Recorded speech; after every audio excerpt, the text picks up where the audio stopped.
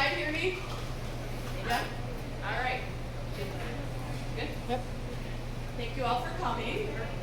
We are here to celebrate a lot of things. One, we made it through the pandemic, and we made it 6 years. So thank you for being help and support for that. Next, we are given the great honor of receiving the Kaufman Award. And so John and Mariano are here today to present that and do that. And then we're going to hear from Kirsten Kuhlman, who is my everything. She is started out just doing social media and website design for us through the pandemic. She ended up taking over a lot of our volunteer stuff and really being a huge impact on our giving. And then she has become my narrative director, as we call it. She writes the stories for me that make us look good here, and as well the social media and website and all of that other stuff, and has really taken over working with all the volunteers and working with the community and getting all the logistics and pieces of all the food and making sure that we have food that we can give out to our community on a regular basis. So her background is she's an amazing person. And now she's going to talk. Oh, Bye for now. hi. Thank you for coming, everybody. This is a lot of fun for us, or for Maya. For us, it's a lot of work, but we have fun anyway. Yeah, I have a very extensive advertising background, so I've known Maya's dad for a very, very long time. And he was actually the one who was instrumental in getting me in here. And I've stayed because it's so much fun and because it is such a wonderful place to be. And everything that Maya said, I do on a part-time basis. Just want to put that out there. So yeah, done a lot. We've done a lot with the community. We've done a lot with food, giving back food to the community in need. Started in the pandemic. It was awesome. Really helped a lot of people. It helped me. It helped Maya. It helped us as a unit to get closer to the community, which was really, really great. And I do have an incredible volunteer staff who drop everything anytime I throw up a bat signal and say, come help me. They're like, yes. So it's amazing. And we have one of them here today, and she's going to be your next speaker, Lori Fisher. Hey everybody. So my husband is the speaker in the house, so I've got some notes. Bear with me. Oscar Wilde said, "The smallest act of kindness is worth more than the grandest intention." Belarus management, staff, and volunteers walk this walk every day, and it inspired me to volunteer here as often as I can. After messaging Maya and Kirsten several times asking if I can help out in any way, I got my first opportunity here in March of 2021, where I directed traffic for Belarus, who with the generous support of Whole Foods, gave away hundreds of bags of groceries to anyone who pulled up that was in need. During the pandemic, thanks to wonderful partnerships with Fight to Feed, Amazon Fresh, Imperfect Produce, and many others, Belarus was able to set up weekly parking lot pop-ups for those in need from ours and other nearby communities, where they were able to get everything from fresh produce to gourmet cheese. These pop-ups rescued food and it fed people weekly. It's only a page, don't worry. At these pop-ups, Belarus and we volunteers set up what we called artisanal markets, where those in need could come through and get what they needed for the week, all free, all right here in the parking lot. People who came by for food include several single mothers raising multiple kids, a mom that needed fresh food because her husband was battling cancer, many who were furloughed during the pandemic or let go from their jobs, refugee families, Lake County trailer park residents, and many, many more. There were also many angels who came by to pick up food for their neighbors and for elderly in need. Many of the pop-up items also found their way to people served by other social service organizations in the area, including Catholic Charities Weekly Suppers in Highwood, Pastor Fletcher's Mobile Food Pantry in Waukegan, Moraine Township Food Pantry, the Night Ministry, PADS, and families with first-generation college students, and many, many more. a friend of mine who works at a school for those that cannot be in the public school system came by one day to a pop-up because they had scholarships that they were trying to give away. When she was introduced to Kirsten, she let Kirsten know that she had noticed that there were about 6 kids in her school that were coming to school hungry. And she was pretty sure they were not getting decent meals at home. And Kirsten took it upon herself to every week put together 6 full grocery bags for this friend of mine to take to the school to give to her kids so that those families could eat. There was also, I'm going to give you one more story and then I'll be done. There was a week where pallets and pallets of hand sanitizer arrived here and needed to be given away. We tried pushing them to anybody we could. They went to churches and synagogues, schools, and anyone who came for one of these weekly pop-ups, we asked to take some hand sanitizer. After one of these days, I received a note from someone who had come by to let me know that she had given it to her neighbor whose son has autism. And her son, this autistic child, really liked to clean and was going through their hand sanitizer. And so she was so appreciative to be able to use that. And the cases that went to him otherwise would have gone to a landfill. It's mind-blowing how many people this very special place, run by very special people, have helped with all these activities, all while running this delicious catering business. I hope Belarus continues to thrive and give back. Let's all help them give back to the world by buying any food items if they're selling them today, donating to their food program, and of course, catering your events. To quote Anne Frank, no one has ever become poor from giving. Happy anniversary.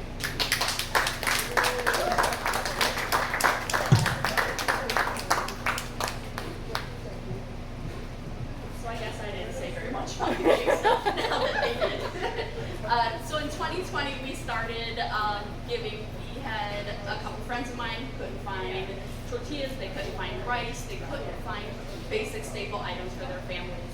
And I put an order in with my companies and said, hey, can I get it? And we were getting 100 pounds of rice at a time, and I was like, okay, we'll separate it out and give it to people. Same thing with the tortillas. I mean, everybody who eats tortillas here needs El Milagros, and we had a direct line to the factory. So we were able to get them and never ran out. So we started doing that, and then more people were like, we can't get food, we can't get this, we can't get that. I just started ordering, and we'll figure it out from there. I had 4 staff members when the pandemic shut us down, and I said, here's how much money we have in the bank. I can separate it out between the 4 of us, and we sit on the couch and hope for the best. Or I could reinvest it, and we can make tamales, and I'll go hopping on the street corners. And then from that money, we'll be able to live. And without even taking a breath, they were like, that's what we're going to do. That's what we're going to do. We're going to make tamales. We're going to do this together. We're going to fight this together. And years later, it is now 2023, we have given out about 7 million pounds of food. We've rescued, from that 7 million, we've rescued about 45 million pounds. That was overproduction for manufacturers and distributors. It was put in the wrong box. It was close to expiration. It was not perfect. We did a lot of imperfect. But imperfect food is still perfect. Still good. And so we gave all that away, and we try to still do it as much as we can. We have a lot of events running, and so what we do is we offer these events to take the rest of the food that's left over, and we pack it up. And Kirsten and her team packs it all up into individual meals, and we do a pop-up line still. And people will call us randomly and say, I have 2 pallets of frozen fruit. You want it? Yeah. Let's do a pop-up. Or, hey, I got a bunch of groceries from this, there, and the other thing I can't do anything with, like a truckload. Sure, let's do a pop-up. And we have about 1,000 families on our list, 900 and something, right? 900 and something on our list, that get an email whenever we have food. And here's the date, here's the time, please be respectful, and we will give you as much food as you need. We try and make it make sense of stuff that we would eat, what we would use, but also realizing that it is a very culturally diverse community, and so we want to make sure that we have something for everybody. So at the height of the pandemic in 2020, second half of the year, we were serving about 3,000 families with grocery bags every week. We were doing about 100 meals every day for homeless that are sheltered in place. We were doing 100, at least 100 a day for all of the seniors in Lake County. We were driving literally to the Wisconsin border, down as far as the county lines would go, and we had 3 trucks running. We had we started with, like I said, 4 people that were sort of full-time, part-time. We ended 2020 with 27 full-time employees. Full-time for us is about 60 to 70 hours a week. So everybody else, that's like 40 and 50 employees. And we were having fun. What it did is it built a community for us as well. So we have a very different pandemic experience, as I have talked about a lot. All of our kids, we took over, since we weren't doing weddings, we closed that room off and we turned it into a classroom. So we had kids from 2nd grade all the way up to senior in high school. All of the employees' kids, everybody came here on a daily basis. They got to interact. We put a pool outside. The staff at the end of the day would take them on the walking trails outside. The kids would get to play outside. And they'd also have school, and they'd be supervised, they'd aid. Some of the older ones, once they were done with school, would come help us pack bags and cook and whatnot. As part of what we were doing for these bags is we were growing our Mexican brand, Dos Magos. And so we were producing about 12,000 tamales a week that we were giving out to people as well. Everything made from scratch. We started connecting with farms that had too much stuff and didn't know what to do with it, didn't want to throw it away. Some of it was donated, some of it we got grant money, and we bought up everything we could of every farm we could find. So people were getting farm fresh food straight from, these little independent farmers. We used a lot of local urban, BIPOC, women-owned farms in the city, some farms out here, and so people were we were trying to make sure that the food made sense for everybody. And through this all, that's what it is. For me, food is obviously life. It's everything. It brings people together. It makes or breaks any event that you have. That's what people remember is the food and what you did around the food. And so to have that and to be able to give it to people to make it themselves, especially when you are not able to buy it, it turns into a whole a pride thing, because you're able to care for your own family. And that's something, especially in the Hispanic world, which we've focused a lot on, and a lot of my employees is a very important thing, that they can go ahead and make food for their families. So, my mama wants to talk. Oh, happy birthday to my mom, everybody. She just turned 22. Yeah. Every year. I just want to tell you how proud I am of you, and your dad is proud of you. You started this giving away food by helping me with the homeless shelter that I work with out in Oak Park. And we had to suddenly take people from shelters and put them in hotels all across the western suburbs. And you had your staff pack up food and bring it to them. Sometimes bring a little extra for a few people here and there who you knew needed it. When you did your pop-ups, I was always welcome to come and take extra food to some of my clients who had been housed but were still food insecure. And I want to thank you from everywhere in me for continuing what you and your dad, I love, taught you about life, what my grandparents and parents taught me about life. That life is about giving and helping and being there for your family especially. And I just want to give you a big hug.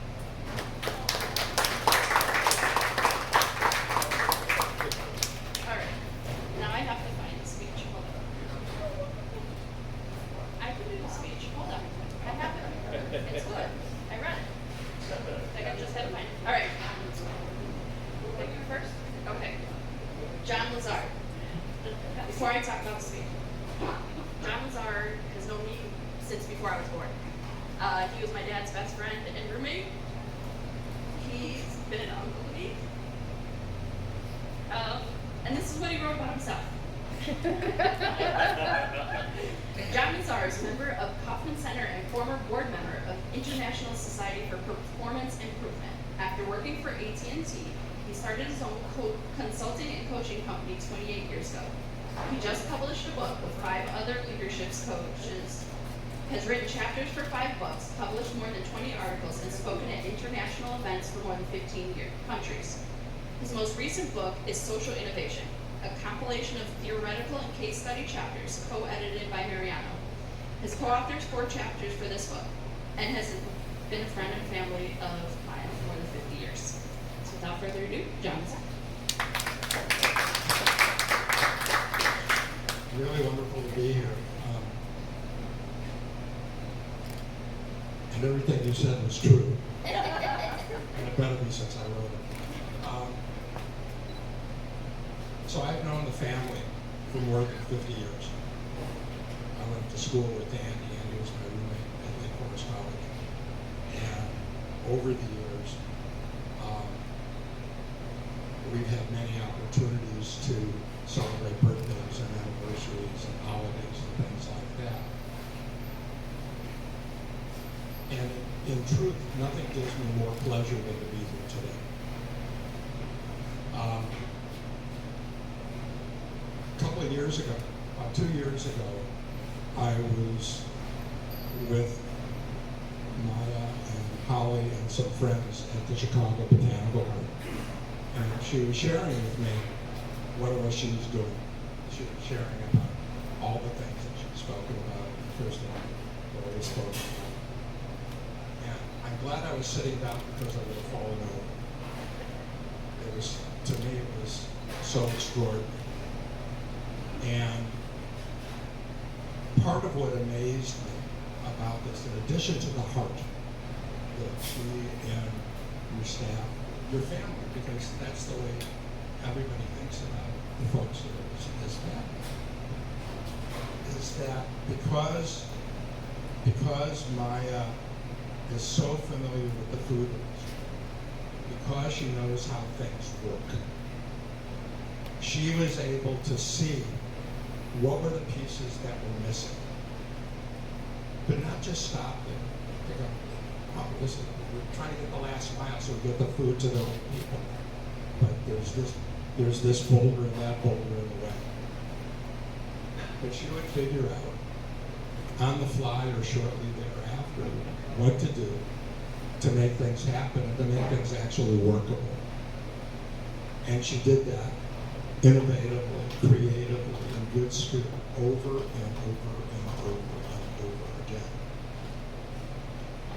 So you have generated something very, very special here, and because of the care that you've taken to support the communities around here, to be so attuned to the needs of families here and make sure that they got the right kind of food, that you did things in a time, it was never a one-size-fits-all kind of an approach to things.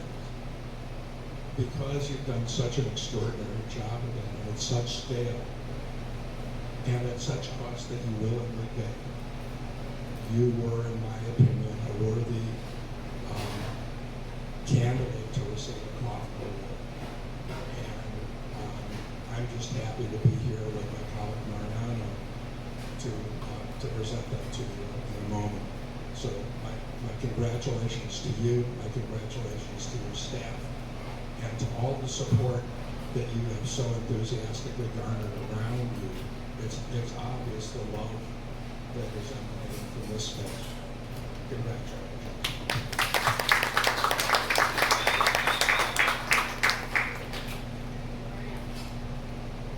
All right. Mariano. Dr. Mariano Bernardes, right?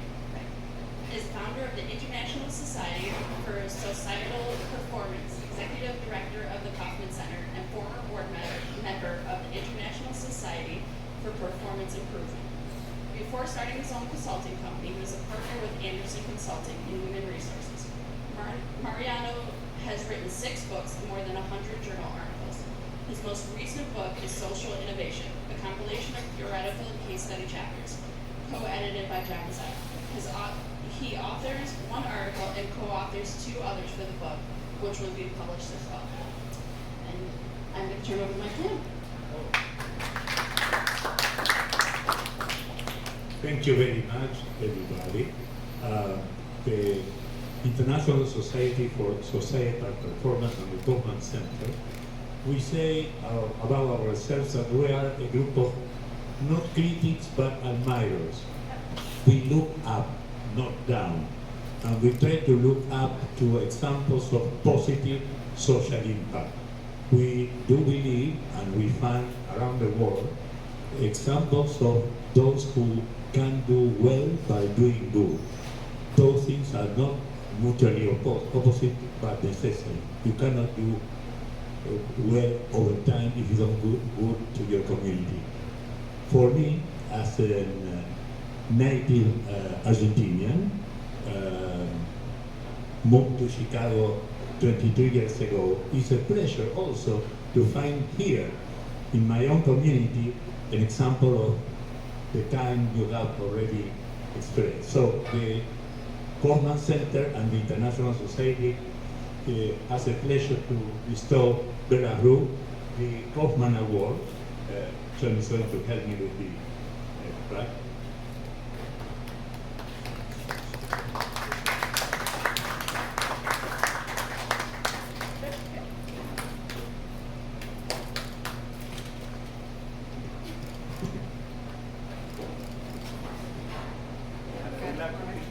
The other way, both of you. Picture this way. This way. So, Kirsten, here. you gotta come here. Come here. You come on that side. Exactly. So, because it's all With of the you crowd? who made it possible. Got it. Mother and friends and everybody here. As they say, all together now. All together now, yes. Everybody, anybody. If you want to be in the picture, I'm in the picture. come in. You guys too. I see you. Come on. Come in for a picture, please. Come on, come on. Come on, don't be shy. Everybody. got to do that, so you're in this. Everybody. No, keep it